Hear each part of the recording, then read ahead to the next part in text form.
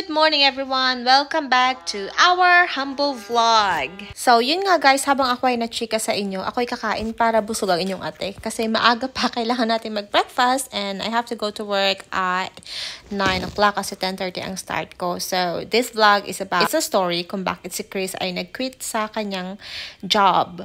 So, 482 visa holder kami guys. At si Chris ay parang 6 years na siya na nagtatrabaho sa company na yon as a chef. Tapos, of course, waiting siya na syempre, susponsoran kami for PR. But then all of a sudden, when it's time for him to ask, nung nag-ask na siya sa executive head chef yata, sabi ay, hindi daw yon yung pathway for, for citizenship. So, of course, he was denied. He was declined by the company. So, anyway, move on na nga tayo guys. Si Chris ay naka-move on na din. Tapos na, nakapag-quit na siya. So, nag-quit siya nung Tuesday. So, Tuesday is gone. Today is already Thursday.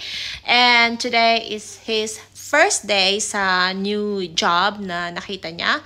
At yun ay sure na that they're going to help us apply for PR, which is really good. We're so happy. We finally can move on.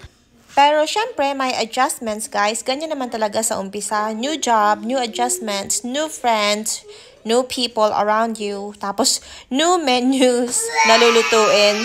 So, ganun lang naman talaga. Si Chris kasi ay matagal na nag-work sa parang Mexican restaurant. So, Mexican cuisine. Pero ngayon, it's a different cuisine na naman. So, kailangan mag-adjust, but that's fine. Anyway guys, kami ni Yejun ay laro-laro lang muna dito sa bahay. Pero tingnan nyo naman guys, ang kalat. Punong-puno na kami ng dinosaurs. OMG. But that's okay. Mag-isa lang naman siya. Tama na yan. Kasi mahirap ang buhay. Anyway, Chris is ready to go. Parang 25 minutes away yata yung restaurant.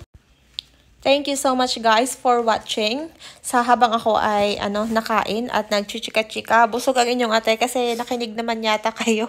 So please don't forget to like and subscribe guys.